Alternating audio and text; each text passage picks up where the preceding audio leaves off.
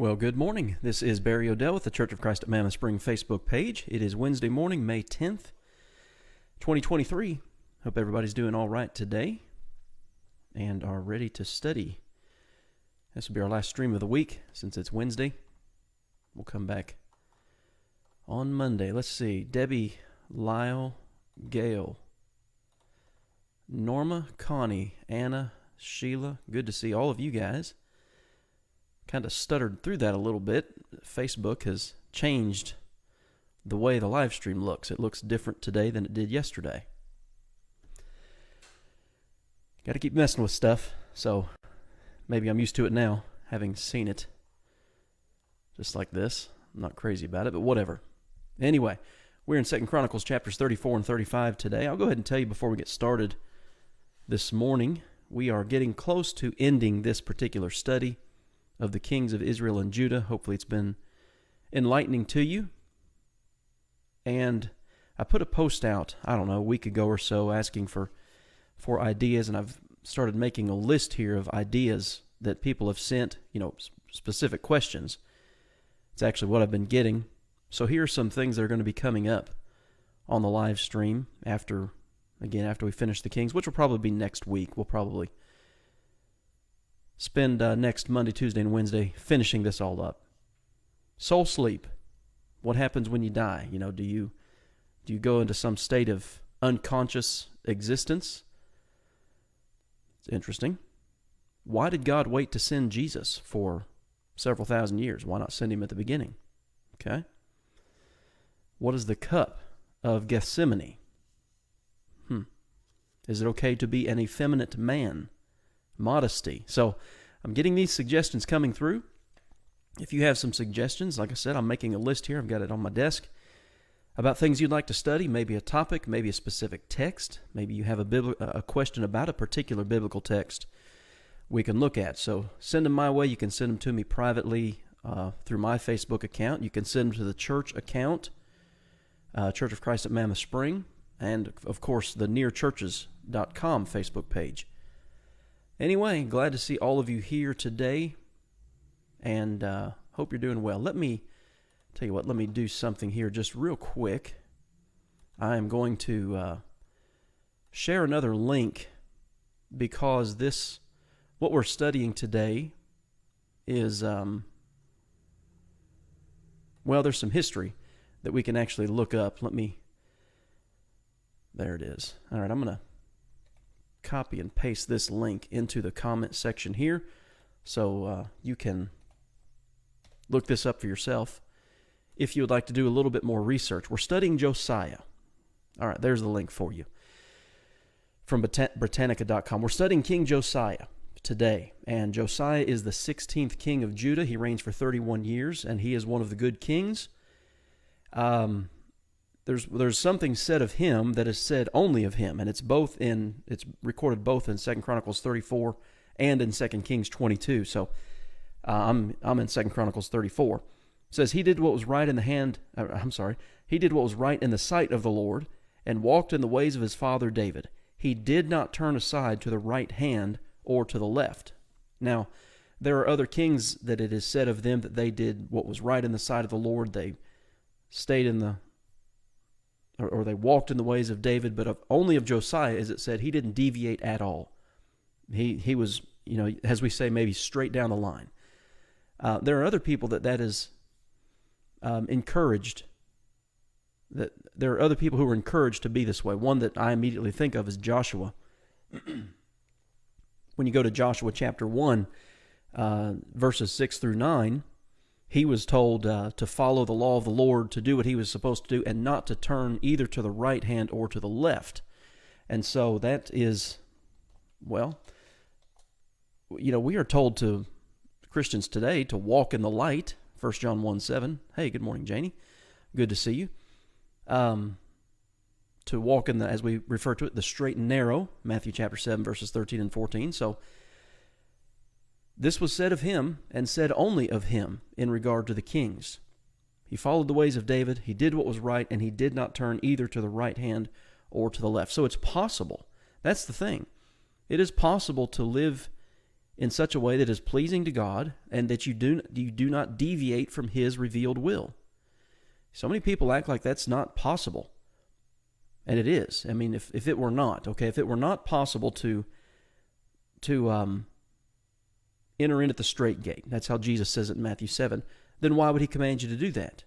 Something to think about. But a lot of folks believe that it's just not possible to please God. Anyway, He's prophesied, and this is interesting. I'm going to turn back here real quick to 1 Kings chapter 13. Josiah is prophesied of by name approximately 300 years before he was even born. This goes back to the days right after Solomon. This goes back to the reign of Jeroboam, the son of Nebat. Remember, Jeroboam, the son of Nebat, the first king of northern Israel, of the divided kingdom. He's kind of the standard bearer of sin. This king, he walked in all the ways of Jeroboam, the son of Nebat, who caused Israel to sin. But back in his day, this is 1 Kings chapter 13, beginning in verse 1, it says, "Behold, a man of God went from Judah to Bethel by the word of the Lord." Now, Judah, again, southern Israel, this is the house of David as it is referred to. He went from Judah to Bethel. And if you remember, all the way back to when we started this study, we talked about Jeroboam. When Jeroboam became king, he set up two places of idol worship, one in Bethel and one in Dan. Both of those cities are in northern Israel, and he was doing everything that he could to keep the 10 northern tribes with him. He didn't want them going back to Jerusalem, to Judah, and being with Rehoboam, the son of Solomon. So anyway, this man of God, and we don't know who he was, he's just called a man of God, came to Jeroboam, stood by the altar and Jeroboam stood by the altar to burn incense. Then he cried out against the altar by the word of the Lord, and said, "O altar, altar, thus says the Lord, behold, a child, Josiah by name, shall be born to the house of David." So I mentioned that phrase, and it's right there in 1 Kings 13 and verse 2. This phrase, the house of David. We see this throughout the Kings and Chronicles in regard to Judah, the southern tribe or the southern kingdom of the divided kingdom. This phrase, house of David, is used in Isaiah chapter 7, when it was prophesied to King Ahaz that a virgin would give birth. And of course, that was in reference to the Christ, but that prophecy was made specifically to the house of David. See, all these promises about a throne and about the kingdom that were given to David go back to, of course, 2 Samuel chapter 7, when Nathan told David that, okay, you're not going to build the temple, but one who's going to descend from you will build the house of the Lord. And of course, that was a prophecy in regard to Jesus and the church.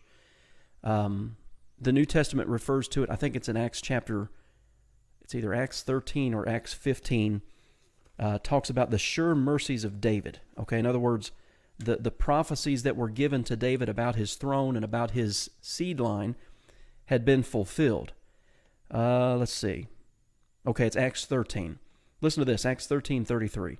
"God has fulfilled this for us, their children, in that He has raised up Jesus, as it is also written in the 2nd Psalm, 'You are my son, today I have begotten you,' and that He raised Him up from the dead, no more to return to corruption. He spoke thus, 'I will give you the sure mercies of David.'"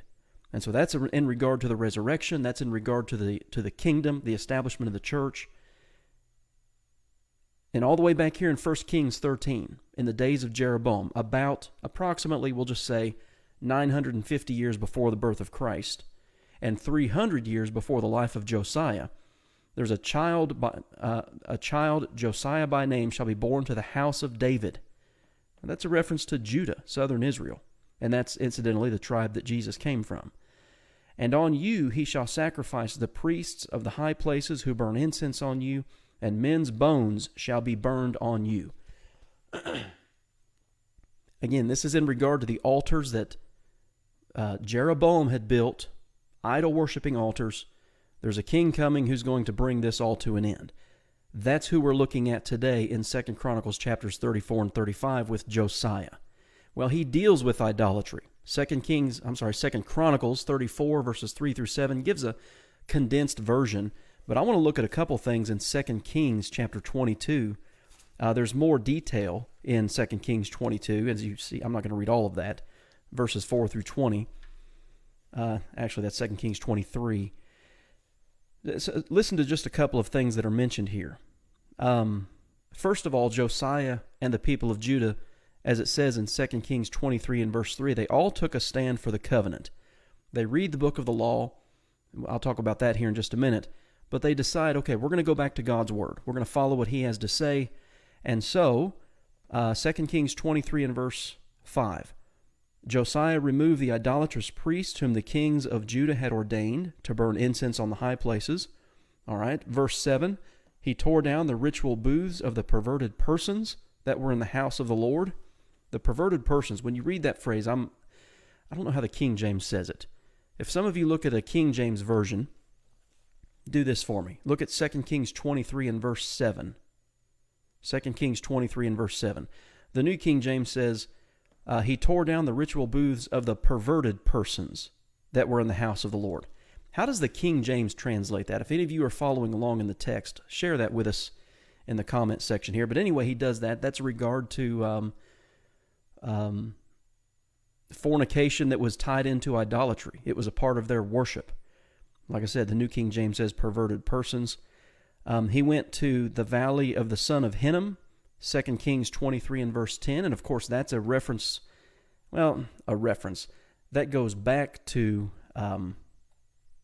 Manasseh, where he offered his sons in the fire, things like this. Well, Josiah deals with that. And in fact, Manasseh is mentioned here in 2 Kings 23, verse 12. The altars that were on the roof, the upper chamber of Ahaz, which the kings of Judah had made, and the altars which Manasseh had made in the courts of the house of the Lord. So the temple, if you remember, Manasseh reigned for 55 years, and during his reign, the house of the Lord, the temple, was just completely, I guess you would say, neglected, but it was turned into a center for idolatrous worship. Well, Josiah deals with that. He talks about, let's see, 2 Kings 23:13. The king defiled the places that were that were east of Jerusalem, which were on the south of the Mount of Corruption, which Solomon, king of Israel, had built for Ashtaroth, the abomination of the Sidonians. Remember, Solomon, in 1 Kings 11, talks about this. Solomon had built all these houses of worship for his foreign wives. Those things were still standing, 400 years later, approximately? And people were still using them. For 400 years, you've got this problem. Well, Josiah comes on the scene, and he addresses that. And again, just thumbing through 2 Kings 23 here. Here we go, verse 15, 2 Kings 23:15. And this is in regard to that prophecy in 1 Kings 13.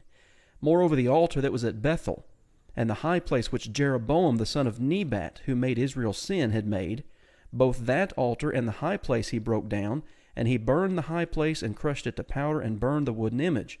And Josiah turned, he saw the tombs that were there on the mountain, and he sent and took the bones out of the tombs and burned them on the altar, and defiled it according to the word of the Lord, which the man of God proclaimed. So you see that prophecy in 1 Kings 13, and now you see it fulfilled here in 2 Kings 23 and in 2 Chronicles chapter 34. About 300 years.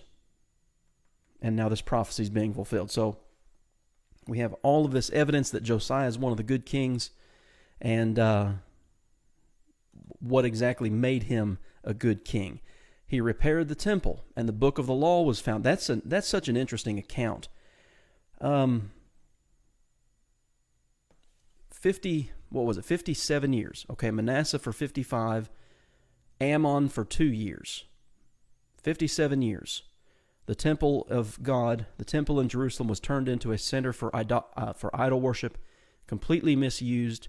The whole land is filled with idols.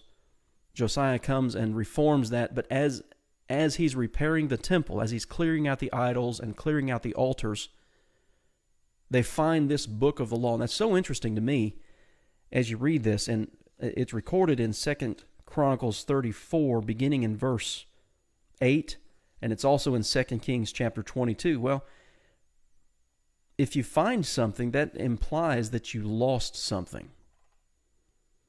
Hey, Brian, good to see you. They had lost the book of the law. And all the way back to our beginning in this series of videos on the kings, all the way back to Deuteronomy 17, each king was to have his own copy of the law. Each one was to have it made for himself and read it all the days of his life. Well, Josiah is this good king, and in the process of repairing the temple and dealing with idolatry, they find the book of the law. And so you read 2 Chronicles 34, beginning in verse 14. Hilkiah the priest found the book of the law of the Lord given by Moses. And so they go and read it. 2 Chronicles 34:19. It happened when the king heard the words of the law that he tore his clothes. And he commands the priest, "Go inquire of the Lord for me, and for those who are left in Israel and Judah concerning the words of the book that is found. For great is the wrath of the Lord that is poured out on us, because our fathers have not kept the word of the Lord to do according to all that is written in this book." So then, here in 2 Chronicles 34, and also in 2 Kings chapter 22, they meet with a prophetess by the name of Huldah. And she relays the message of what God would have them to do, what's going to happen with Josiah.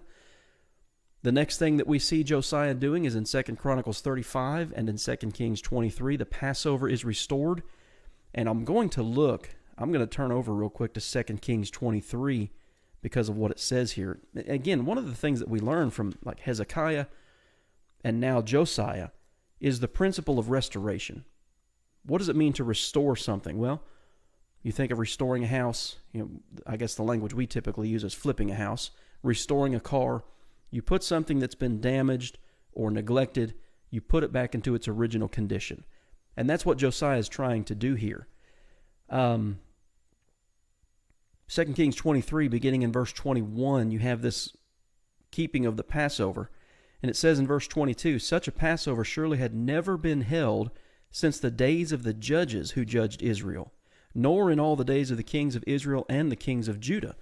So the days of the judges, if you go back to Samuel, the book of 1 Samuel, well, that's several hundred years. But the book of Judges itself covers 400 years. So how many hundreds of years are we talking about that there's been no Passover kept that's comparable to this one? 2 Kings 23:25. "Now before him there was no king like him, who turned to the Lord with all his heart, with all his soul, and with all his might, according to all the law of Moses, nor after him did any arise like him." Well, and that is said there in 2 Kings 23 and verse 25 in connection with their restoration of the Passover. So again, back to this principle of restoration, because members of the churches of Christ hear this kind of thing all the time, of that the churches of Christ in America that they developed out of the American Restoration movement. Okay, Alexander Campbell, Barton W. Stone, men like this. What is restoration? Well, it's putting something damaged or neglected back into its original condition. The conception that the Church of Jesus originated in the 1800s in America is just completely misguided.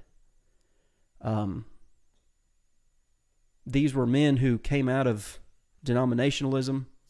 Alexander Campbell and his father were Presbyterians. And then Alexander became a Baptist, and in fact he wrote there's a collection of books called The Christian Baptist that he wrote. This idea that he came up with, or that he originated or established the Church of Christ, is just unfounded, shows an ignorance of both religious history and biblical history. Their desire to get back to the Bible does not mean that the Church of Christ ceased to exist from the first century until they got on the scene in the 19th century. 1800 years. It's just not what it means at all, and history speaks against that idea too. But there are places where the church needs to be restored and individuals need to be restored. Well, that means you go back to the original. And the only way to do that is to go back to as it's said here in 2 Chronicles and in 2 Kings, go back to the book of the law of the Lord. You can only go, the only way to be the church that Jesus died for is to go back to his book and do it his way. Function like they functioned in the world, worship like they worship today like they worshiped then. And all of that's laid out for us in Scripture. There's no mystery here. And that didn't, Campbellites. Connie says, I've heard the word Campbellites often. Yeah, that's, typically that's like a pejorative. They're trying to insult, oh, you Campbellites. And there are a lot of funny little names that people have come up with, water dogs, things like this. Legalists, Pharisees. I mean, I've been called several of those things too. Anyway, the Passover is restored. He didn't come up with something new. He went back to the book of the law and did what the book of the law said. And that's what is emphasized throughout his reign, is he did everything according to the law, and he didn't deviate to the right hand or to the left. Well, that's still possible today in religion. You can go back to the book, and you cannot deviate. I mean, you can deviate, but you shouldn't deviate to the right or to the left. You can go to the book, see what they did, see what they look like, see how they functioned, and you can mimic that. There is a pattern, and I know a lot of people don't like that principle, because for a lot of people it's more emotional than it is logical. You've never heard of water dogs, huh, Connie? Yeah, well, that's a thing, because, baptism. Anyway, the Passover is restored, and there was none like it comparable for hundreds of years, all the way back to the days of the judges. Well, Josiah's, it's an interesting ending to Josiah, and it's recorded in, I'm in 2 Chronicles chapter 35. It's the last several verses of that chapter. But there's a battle going on essentially between Egypt and Babylon and Pharaoh Necho. So I shared a link with you in the comment section here. Let me scroll back up and find it, to Britannica.com, about Necho II. And so we learned the dates. And again, that's one of the benefits of studying these kings, is you can go into secular history, you can see the dates. You can see the events that the Bible discusses. And this battle was taking place approximately 608 BC, somewhere in that period of time. And so Josiah goes out to fight, and this is 2 Chronicles 35 and verse 21. Okay? Josiah goes out to fight against Egypt. So the king of Egypt says, "What have I to do with you, king of Judah? I have not come up against you this day, but against the house with which I have war. For God commanded me to make haste. Refrain from meddling with God, who is with me, lest he destroy you." Josiah wouldn't listen. And then the end of 2 Chronicles 35 and verse 22 says that Josiah did not heed the words of Necho from the mouth of God. So he came to fight in the valley of Megiddo. Well, that's where he's struck in battle and he dies. But it's interesting that Pharaoh Necho says, "I'm here in this battle by the command of God." Now, that's all Scripture says about it. We're not given any specific details about how that came to be. But he had some understanding. Okay, what's his conception of God? Well, he's an Egyptian. We know that Egyptians were polytheistic. Is he talking about the God of heaven? Well, I don't know, but the end of verse 22 says that Josiah didn't heed the words of Necho from the mouth of God, which implies it was from God. And I think of the book of Daniel so often when I think about these things. God's activity, God's action in the human realm, if that's a good way to say it. The kingdoms of men are subject to God. Daniel 4:17, Daniel 4:25. He gives them to whomsoever he will. Necho had some understanding that he was there battling against Babylon, and that battle was from God, and Josiah had no part in it. Well, Josiah didn't listen. Now, the end of 2 Chronicles 35, he dies in that battle. Verse 25 then says, "Jeremiah also lamented for Josiah, and to this day all the singing men and the singing women speak of Josiah in their lamentations. They made it a custom in Israel, and indeed they are written in the laments. Well, we have Jeremiah's Lamentations, 5 chapters long, and there are a lot of laments. But this king was faithful to God, faithful to the ways of David. He didn't depart from the right hand or the left, and when he died, it was a sad time. 2 Chronicles 35:26. Now the rest of the acts of Josiah and his goodness, according to what was written in the law of the Lord. That is a constant emphasis during his reign, that he did everything with no departure according to the law. And that's the kind of leadership everybody'd like to have. You know, we're told, I think, for instance, of 1 Timothy chapter 2, I think it's 1 Timothy 2, 1 through 4. Paul says, I will that men pray for kings, for all who are in authority, that we may live a quiet and peaceable life in all godliness and honesty. It would be good to have good leaders, but we as Christians have to do our part in prayer, but then be as it's been said, be the feet behind those prayers. Okay, you can pray, but if you don't do anything about that, well, you can't change much. So you have to pray, and the effective and fervent prayers of a righteous man accomplish much, but you also have to act and do what you can. So anyway, kind of off the subject here. Josiah dies in battle, and from his time, 2 Chronicles 36, which there's actually more in the Kings. It's just downhill from there. Manasseh for 55 years, and the fall of Judah is directly connected to Manasseh. We'll notice that next week as we proceed through the text here. But after Josiah, it's a downhill. 4 or 5 kings, and it just gets worse. Babylon is now the dominant world empire, and that's what we read about in 2 Chronicles chapter 36. That's the book of Daniel, the book of Ezekiel. So many of your written prophets are living during this particular time and writing about it. Anyway, guys, that's what I've got for today. Appreciate you guys being on here. Again, look up that link. It's in the comment section up here. Do a little bit of history, a little bit of digging into history. It's always interesting to be able to do that. All right, guys, appreciate you being on here today. Of course, it's Wednesday. We'll be streaming live here at 7 p.m. Central Time. We'll be looking at Psalms 91 through 94. We'll see. Last week we were supposed to do 90 through 93, and we did Psalm 90. So we'll see how it goes tonight. But if you're under the weather and not able to get out, or maybe you're in a place where there are no Wednesday night services, you can watch our Bible study here at 7 p.m. Central. All right, guys. Thanks, Michelle. Hope you have a good day, too. Have a good day, and hope to see you back here on Monday at 11 o'clock.